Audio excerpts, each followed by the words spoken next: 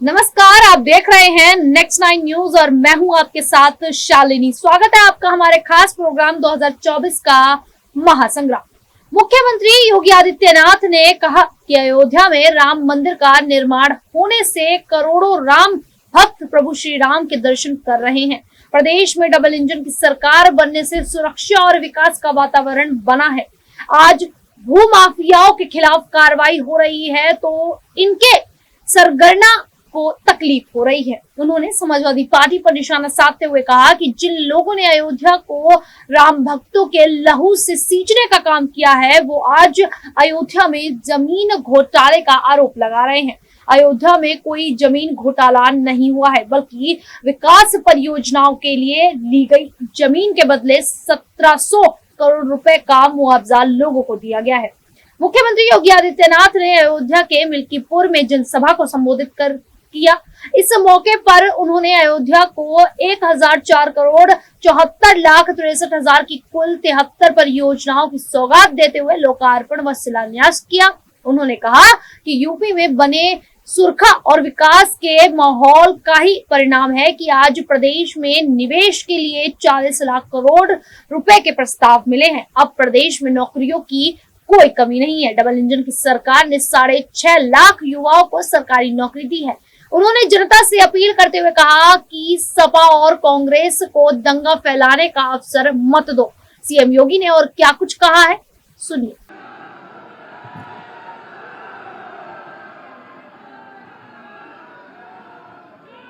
भारत माता की, भारत माता की, भारत माता की, वंदे वंदे वंदे, जय श्री राम, जय श्री राम, जय जय श्री राम।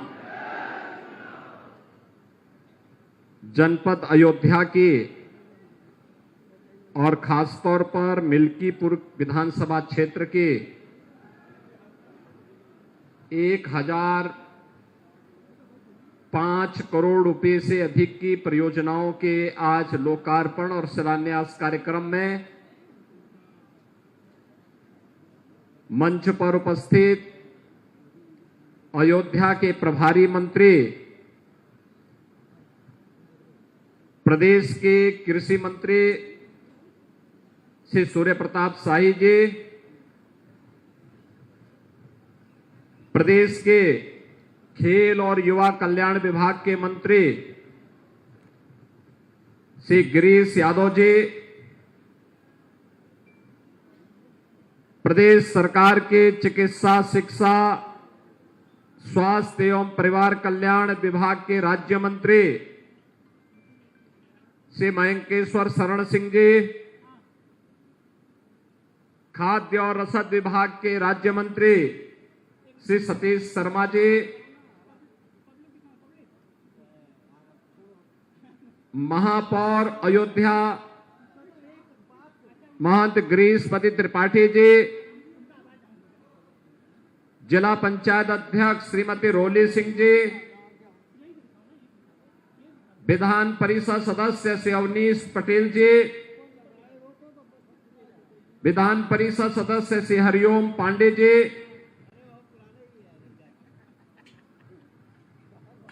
माननीय विधायक श्री रामचंद्र यादव जी, श्री वेद प्रकाश गुप्ता जी, श्री अमित सिंह चौहान जी,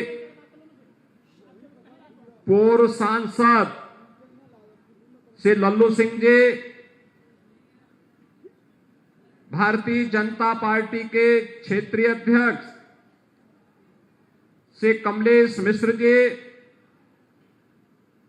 जिला अध्यक्ष संजीव सिंह जी, जिला प्रभारी मिथिलेश त्रिपाठी जी, भारतीय जनता पार्टी के हमारे सभी पदाधिकारीगण, अयोध्या जनपद खासतौर पर मिल्कीपुर विधानसभा क्षेत्र से जुड़े हुए मेरे सभी उपस्थित बहन और भाइयों, प्रभु राम की पावन जन्मभूमि अयोध्या धाम के ऋषि मुनियों संतों की परंपरा से जुड़े हुए इस क्षेत्र को कोटि कोटि नमन करते हुए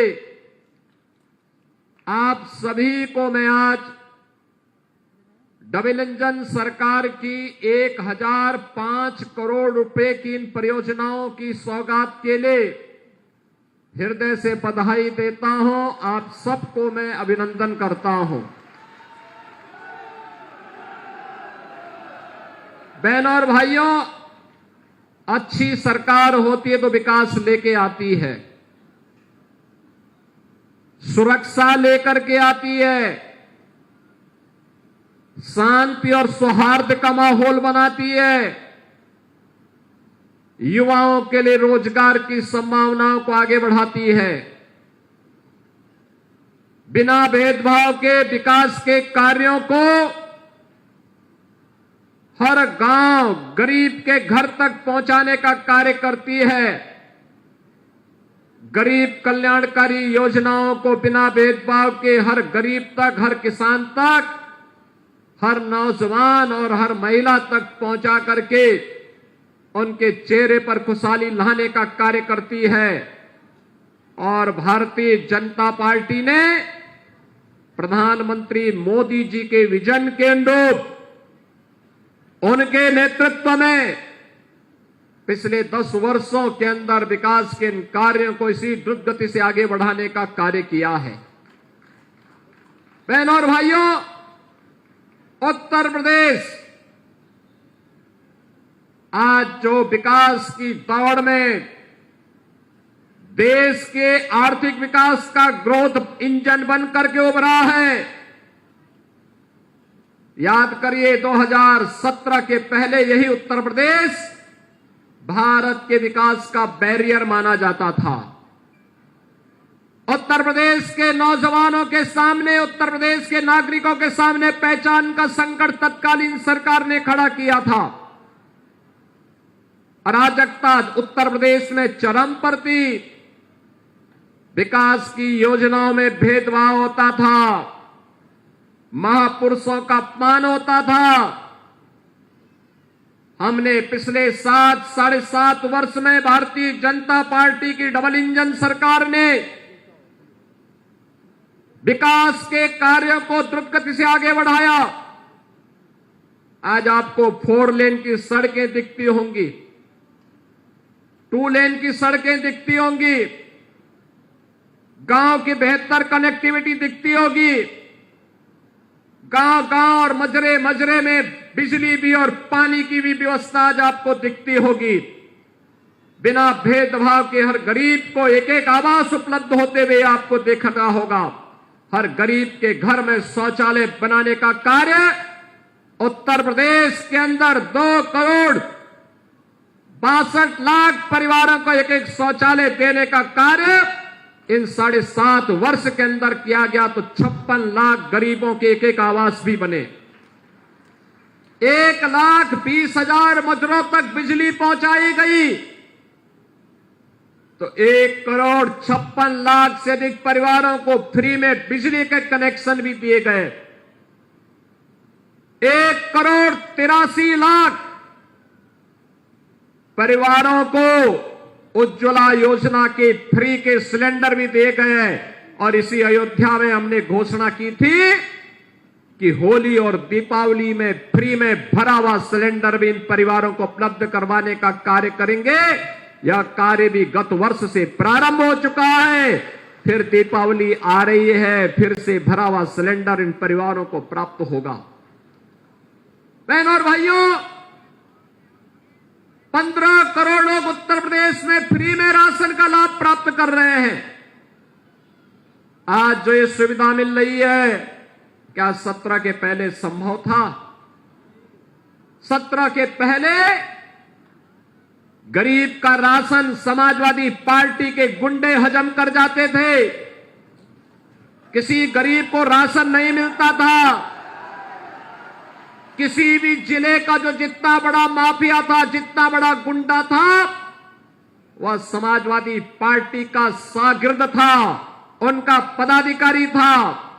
वहां पर संगठित अपराध में लिप्त माफिया भी थे, भू माफिया भी थे, पशु माफिया भी थे, वन माफिया भी थे, खनन माफिया भी थे। एक एक कोई भी माफिया किसी भी क्षेत्र का होगा, वह समाजवादी पार्टी से प्रदेश के अंदर जुड़ा हुआ था। और परिणाम क्या था? ये माफिया की पैरेलल सरकार चलती थी। बबुआ अपने घर के बाहर नहीं निकलता था, बबुआ 12 बजे सो के उड़ता था और प्रदेश की जनता पिसती थी। माफिया समानांतर सरकार चला करके अराजकता और गुंडागर्दी का एक और तांडव करते थे। दूसरी तरफ मुस्लिम तुष्टीकरण की हद को पार करते हुए पर्व और त्योहारों में भी इन्होंने किस कदर अराजकता फैलाई थी, किस कदर अराजकता फैलाई थी।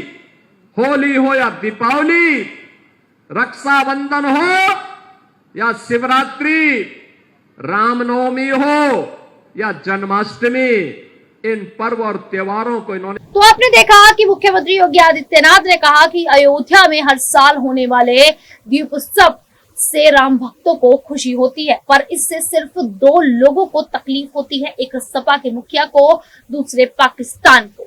क्योंकि पाकिस्तान को पता है कि अयोध्या में जलने वाला एक एक दिया मानवता के लिए कैंसर बन चुके पाकिस्तान को नेस्तनाबूद करने की सामर्थ्य भी रखता है। उन्होंने कहा कि अयोध्या में हो रहे दीपोत्सव से सपा को इसलिए तकलीफ होती है क्योंकि ये अंधेरे में रहने के भव्य है, क्योंकि अंधेरे में ही डकैती डाली जा सकती है और डकैती डालने का काम भी किया जा सकता है। अब जिस तरीके से योगी आदित्यनाथ ने एक बार फिर से अखिलेश यादव को घेरा है, क्या आने वाले जो उत्तर प्रदेश में 10 सीटों पर, विधानसभा की 10 सीटों पर उपचुनाव है, उसमें भारतीय जनता पार्टी कुछ सीटें जीतती हुई नजर आएगी या फिर अखिलेश यादव ही बाजी मारते हुए नजर आएंगे? फिलहाल अब इस पूरे मुद्दे पर आप लोगों की क्या राय है, आप हमें कमेंट करके जरूर बताइएगा। और इसी प्रकार की देश दुनिया से जुड़ी खबरों के लिए देखते रहिए नेक्स्ट 9 न्यूज।